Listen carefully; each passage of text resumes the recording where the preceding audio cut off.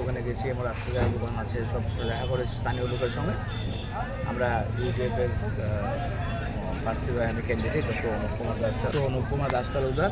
আচ্ছা, আমরা জনসংযোগ প্রোগ্রামের জন্য নেভিয়া বাজারে এসেছি। বাজারে আমরা ঘোরাঘুরি করে নিজেদের আমরা পরিচয় দিয়েছি এবং আমরা স্থানীয় লোকদের কাছে আমরা ওনাদের আশীর্বাদ চেয়েছি আগামী দিনে এই যে আমাদের ইলেকশন আছে এতে তালাচাবি চিহ্নে ভোট দেওয়ার জন্য।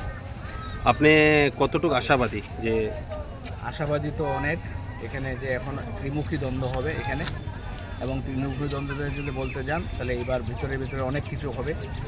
যে আমার সাপোর্টে আমি যেহেতু আগে অন্য একটা পার্টিতে ছিলাম, ওই দলেও আমার একটা ভালো বন্ধুবান্ধব সবাই আছে, স্থানীয় জনসংযোগও ওখানে আছে, এবং যে আপনার রুলিং পার্টি ভিতরে যে বিক্ষুব্ধ আছে এরাও আমাদের সঙ্গে আমাদের সঙ্গে সম্পর্ক রাখছে।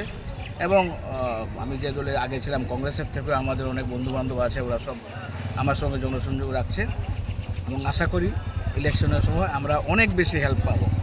ইউডিএফ নিজে তো স্ট্রং, তারপরে বাকি দুটো দল থেকেও যারা আছে, যারা পছন্দ করেন না কংগ্রেসের ক্যান্ডিডেটকে, পছন্দ করেন না, যারা চাইছিল আমাকে মনে মনে ওখানে প্রতিদ্বন্দ্বী হিসাবে, এরা আমাকে অনেক সাপোর্ট দিচ্ছে।